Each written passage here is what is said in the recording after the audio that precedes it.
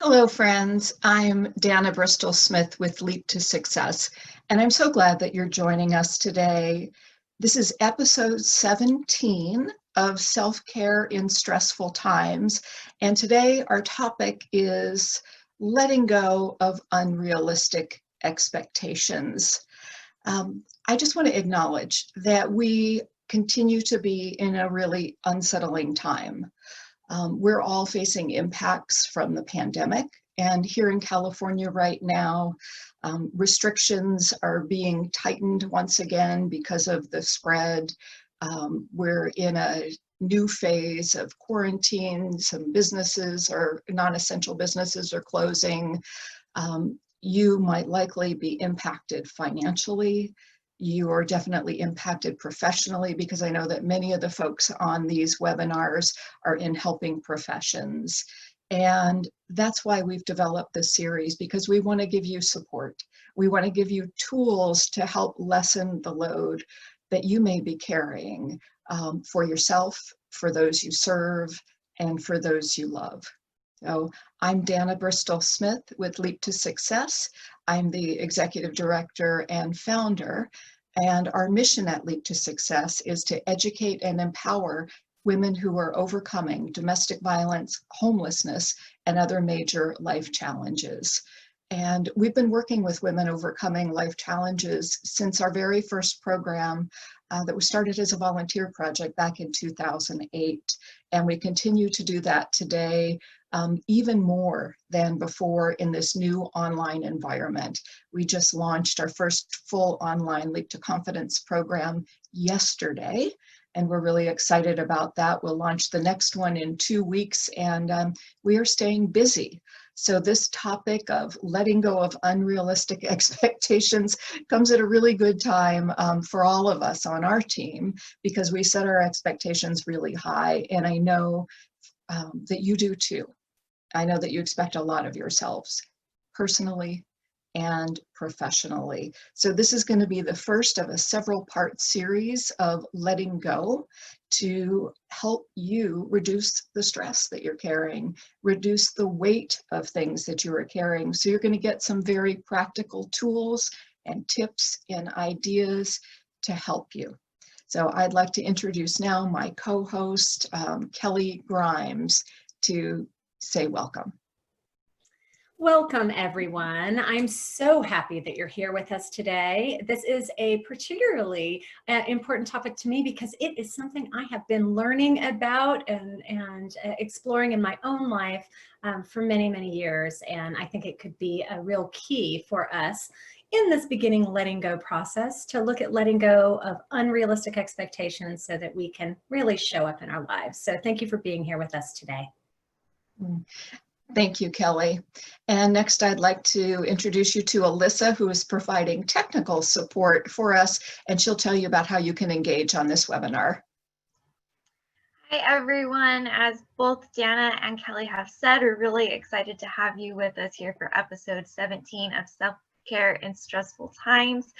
A couple different things. As this is episode 17, we have done episodes previous to this, and if you are interested in seeing any of those, we've compiled them into a playlist on our YouTube channel as well as in a self-care library on our website, and I will be putting the links for those in the chat. And then for the chat today, we do have some questions that'll be a little interactive. And if you would like to interact with the other participants on this webinar, make sure you have your settings set to all panelists and attendees. Otherwise, Dana, Kelley, and I will be the only ones able to see your answers, which is totally fine if that is what you prefer. Thank you, Dana. Thank you, Alyssa. So let's now just take a deep breath together. We start each of these webinars with giving you a break. I suspect that you've been running since very early in the morning, and maybe you're watching this live with us at lunchtime, and this is part of your lunch break.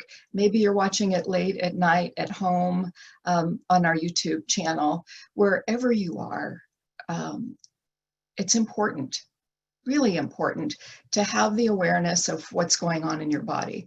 And one of the very best ways to do that is by connecting with your breath.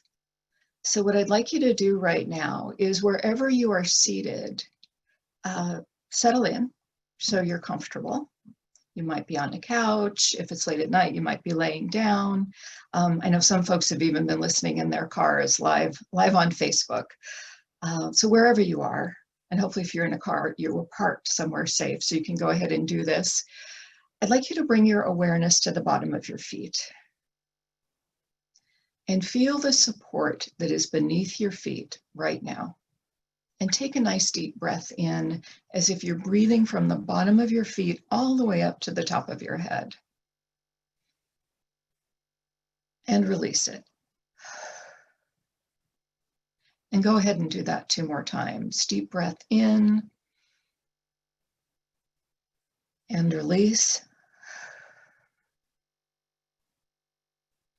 And deep breath in and release.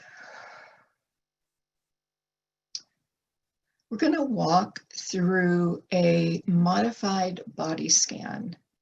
And a body scan is a meditation practice where you bring your mental attention to different areas of your body one at a time.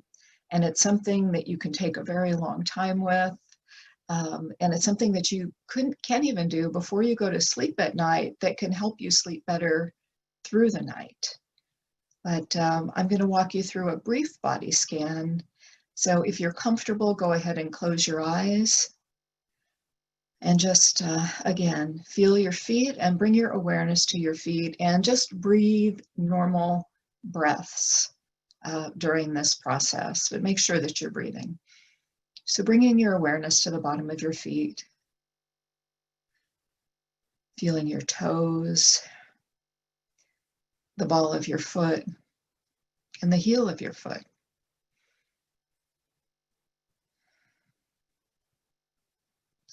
Bringing your awareness now up your legs to your calves, your shins, and your knees. Deep breath in. Next, bringing your awareness further up your legs to the top of your legs, your thighs. And now to beneath your legs, to how you are seated. Bringing your awareness to the bottom of your legs, now working your way up to your bottom. Continuing to take nice deep breaths in. Now to your lower back. Bringing your full awareness to your lower back. Noticing if you're feeling any tightness or any tension. And if you are, see if you can breathe directly into that tight area in your lower back. And exhale. Now working your way up your spine to the mid-back area. And again, feeling if there's any tightness or tension. And if there is, breathing directly into that area. And even in the next breath, breathing into the space around that area. So feeling an expansion.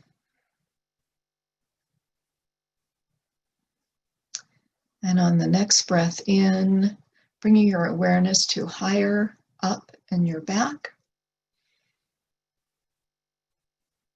And breathing into that area.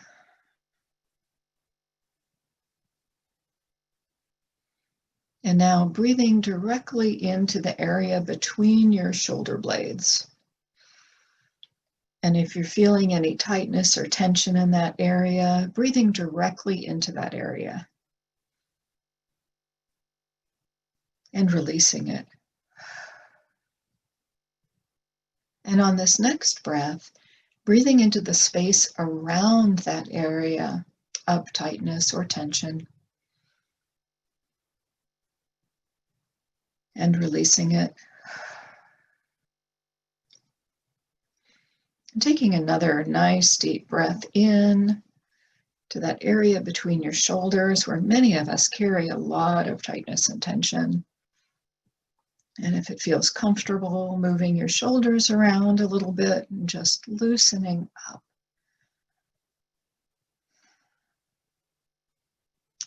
And now breathing into the base of the neck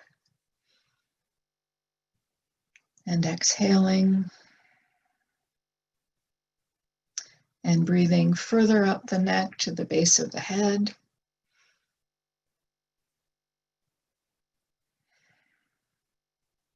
And now breathing in all the way to the top of your head.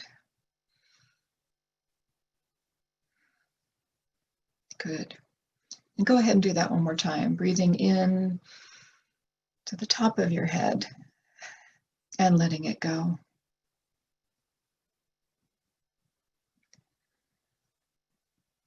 On this next breath, I'd like you to breathe directly with your attention on your forehead, where many of us hold tightness and tension and where headaches you might feel. So breathing directly into the forehead and letting it go. And one more time, directly into the forehead.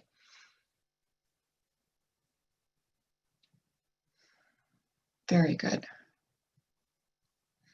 Now I'd like you to notice if there's anywhere in your body where you still feel some tension. And if there is, go ahead and breathe directly into that area with 3 nice deep breaths on your own.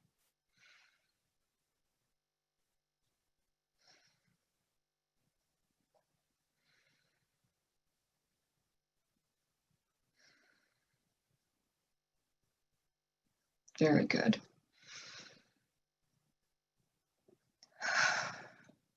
And in our final breath of this practice, I'd like you to breathe in from the bottom of your feet once again and all the way up to the top of your head. So nice deep breath up to the top of your head and then release it. Good. Well, I hope that that gentle practice of breathing and bringing your attention to areas in your body helped you identify anywhere that you're holding tension. And that tension can be from a variety of things, including unmet or unrealistic expectations, or those things that you think you should be doing, rather than giving yourself this 30-minute respite. I want to thank you for participating in this guided meditation, and I want to thank you for investing in yourself, because I know that by becoming a better you with more tools to manage stress and anxiety, you can be that for those in your life. So what I'm going to do right now is turn you over to Kelley, who will guide you gently with some tips and tools. So here's Kelley. Thank you so much, Dana. That was beautiful. I love that the body scan gives us an opportunity to connect to all of our bodies. Sometimes when we're under stress, we may only feel our hearts beating rapidly, or a headache or tenseness. So doing a body scan and really being able to see that we're so much more than our stress response, and that we have access to all of ourselves when we connect in that mindful way. So thank you so much. And so I want you to know that this is not a new topic that we're exploring today, because back in our 4th week, 4th episode of Self-Care in Stressful Times, we explored letting go of perfectionism and unrealistic expectations of ourselves. And we're returning to it because are now 4 months into this pandemic. And I suspect that things maybe have changed a bit. So we're wanting to assess how things are today. Now, we know that learning to let go of perfectionism and these unrealistic expectations of ourselves is one of the most nurturing things we can do, and especially in times of crisis. So I'm wondering for you, how have your roles and responsibilities changed over the last few months? Have you taken on new responsibilities? I know that many parents might be teachers as well, as parents, caregivers in different ways. You might have new responsibilities around cooking or taking care of things, working from home. So that may be new for people. It's an adjustment period, certainly over the last 4 months, but how's that been? Like, what are you expecting of yourself? Are you expecting that you should have superhero energy, stamina, perseverance, patience, focus? I've heard from a lot of people recently how difficult it is to focus. So they have these really high expectations of themselves, that they should be able to focus on one thing and complete a task, and they're finding they can't. They're finding themselves really disappointed in themselves and really frustrated. So what are those things for you? What are those unrealistic expectations that you are holding for yourself right now? I think naming them is the first step in figuring out what we need to let go. So I would be so grateful for anybody that's on the webinar right now to name an unrealistic expectation that you're holding for yourself. I'll tell you, for me, I do a lot of work on Zoom, and for a while I had totally unrealistic expectations that I could schedule things back to back to back, just like I would do if I was face to face. Well, what I found is that it requires a whole lot more energy and presence to do this work online than to be in a room with people. I get very fed from my interaction with people. So it's unrealistic for me to have a schedule that's completely full and have any energy at the end of the day. From someone else, we just heard setting long-term goals is an unrealistic expectations. That's such a powerful one, because we are in a situation right now with so much unknown. As Dana said at the start, we've started to roll back some of the restrictions, or the restrictions are tightening right now, as you know, for a little while things expanded again. So we have this kind of expanding and contracting reality right now in this unknown. And so being able to say what we're going to be doing 3 months from now may be difficult. Certainly long term and a year from now might seem really unrealistic to put that expectation. I'm wondering if there's any other unrealistic expectations. It looks like it's unrealistic for me to expect that all will be well, that I'll be well adjusted by now. Oh, thank you so much. A person said, I'm still struggling. You know what? You're not alone. You are not alone. I personally have been feeling a lot more anxiety in the last couple of days with things shifting and changing, and the sense that we should be able to adjust to something when it actually, there isn't a new normal, is an unrealistic expectation. I see some other things from folks being a full-time teacher with a full-time job, to get a lot of extra projects done. Yes, you heard from some people at the beginning of this, like, oh, and I've cleaned out my closets and I've done this and I've done that. And for some of us, that has not been a reality with everything else we've been holding. And so it may be unrealistic to expect that beyond surviving and continuing to grow and thrive in this moment, that we can do all these extra things. So thank you for naming that. Another person said working from home, taking services virtually, supporting my team in new ways, that I can do it all. And that sense that we're superheroes, right? Oh, we can take it, we can do it all. We can, help, everyone who needs it. We can support everybody. And as I said earlier, we are going through a similar crisis that people that we're serving or our family and friends are going through. So it's different than being able to stand back and just be of service. We're having to really support ourselves so that we can support others. I'm seeing a couple of other things I want to share. Trying to do too much and accomplish everything, absolutely. That I have the energy to tackle the wall of boxes that I've been wanting to go through forever. I'm just not there yet. Yeah, so we might expect ourselves to have a lot of energy to do a lot of things because we're not going out. Many of us are not going out as much. So we might have this sense like, well, I should have all this energy and I should have all of this ability to do this, and we're not. And so that can really weigh down on us. The last one I want to share is that I should be able to muscle through this and not let the grief and anxiety wear me down. Oh, thank you so much for sharing that, because that's the truth of it. We all have these waves of emotions, and we might have an expectation that we can just muscle through and not, and that we can handle this. Maybe our coping skills are overwhelmed in this moment because we're going through something we have never been through. It is unprecedented. So thank you for naming all of those, because I think it's really important to be aware of that. And I just want to highlight a little bit about what happens when we hold unrealistic expectations. The thing is that they tend to feed our sense of unworthiness and not being good enough, right?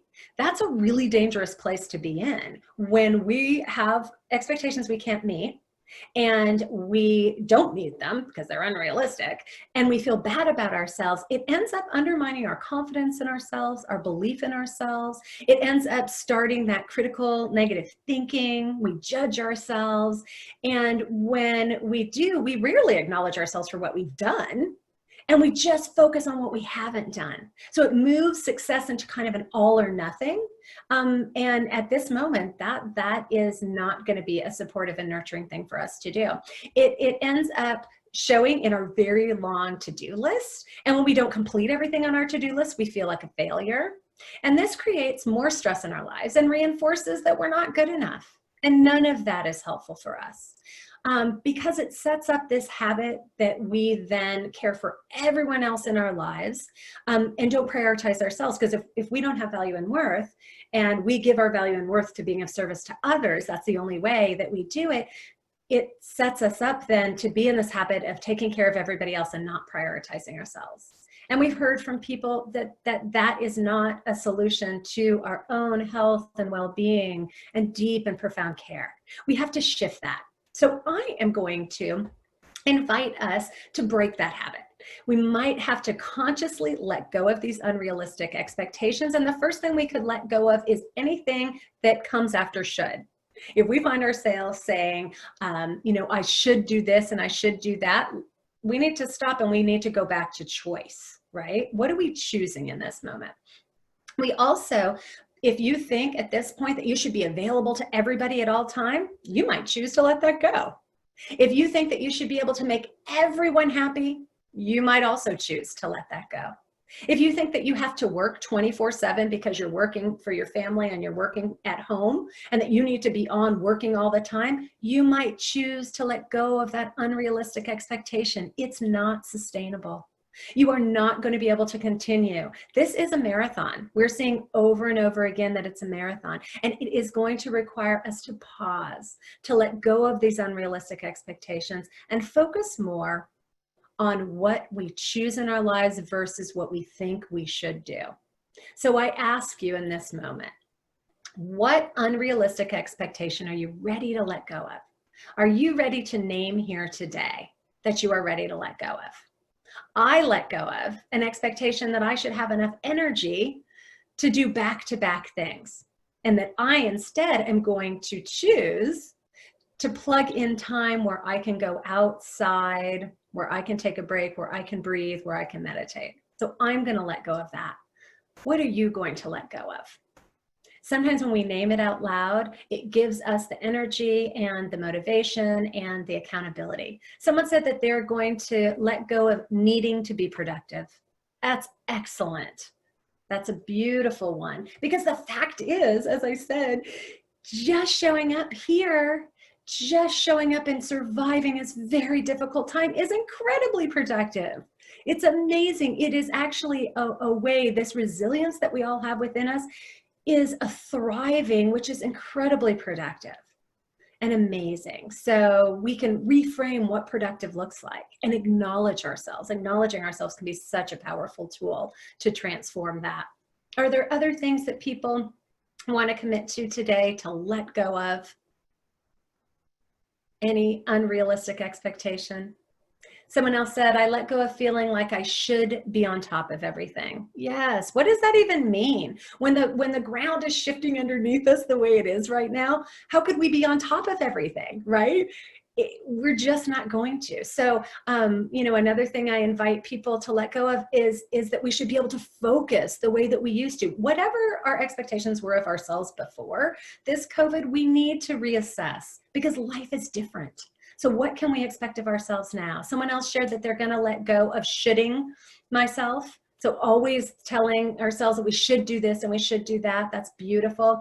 Let go. I'm going to try to stop using the word should. Oh, that would be beautiful. What if we just let go of that word and change it to choose? I choose. It's so much more empowering anyway. Someone else shared, let go of the thought that I cannot change anything related to household makeup during this time. Yes, there are some things that are completely out of our control. So having expectations that of situations that we can't control, that would be a really empowering thing to do. Just let go of that. So I'm going to share with you, and I thank you so much for sharing these beautiful things. I'll share one more. It says, let go of the idea that I need to apply for every job under the sun and not getting replies. Yes. Yes. So if you're in the process of looking for jobs right now, that pressure that you're putting on yourself, maybe be more realistic and say, I'm going to apply for 2 things a day or whatever seems reasonable for you. I shared this quote from Heather Ash Amara. Change is inevitable, but transformation is by conscious choice. I invite you into having more consciousness about the choices that you're making and bring awareness to the expectations you have so that you can choose what it is that you expect of yourself. And I thank you so much for being here and investing in yourself in this way. I'm going to hand you over to Dana. Thank you. Thank you, Kelley. That it's so helpful to think about it in that way. And, the idea that, things are different now, but how many of us have really looked at our schedules and reassessed and, really, really thought about, what's realistic right now versus the unrealistic expectations that we have about so many areas of our lives. So thank you. And I hope that for everyone who's listening and watching this webinar, that over the next week or so, you are able to catch yourself saying should, and at least have like a little bell go off, a little reminder, and look at, can you say choose instead? And another word to listen for is a phrase to listen for is have to, because anytime you're hearing have to coming from yourself, it's very similar to should, and that's where it's almost as if someone else is outside of us and telling us what we have to do, even though it's happening in our own mind. So we want to be able to shift to the word choose instead of have to. So listen for shoulds and listen for have tos. And also be kinder and more gentle to yourself. We've talked about the inner critic, and the inner critic can really pop up during times and tell us that we're a failure, tell us that we're not measuring up, tell us that, why we don't have the energy, and we can really get down on ourselves. So I'd like to leave you with a quote from Kristin Neff and her book, Self-Compassion, The Proven Power of Being Kind to Yourself. And I'll ask Alyssa to put this in the chat for you as well, because you might want to capture it. When we soothe our agitated minds with self-compassion, we're better able to notice what's right as well as what's wrong, so that we can orient ourselves to that which gives us joy. And I'll go ahead and repeat that just because I think those words are really profound. When we soothe our agitated minds with self-compassion, we're better able to notice what's right as well as what's wrong, so that we can orient ourselves to that which gives us joy. So my friends, I hope that over the next week and beyond, you're able to notice all of those great things that you're doing. And as Kelley had shared before, maybe even create a done list at the end of the day, rather than focusing on all those things that you didn't yet do. But create a done list and celebrate those small accomplishments, those small steps, and those things that you're doing well, and those things that you're doing to care for yourself and care for others. I'm so glad that you were with us today. Be well, my friends. Bye-bye.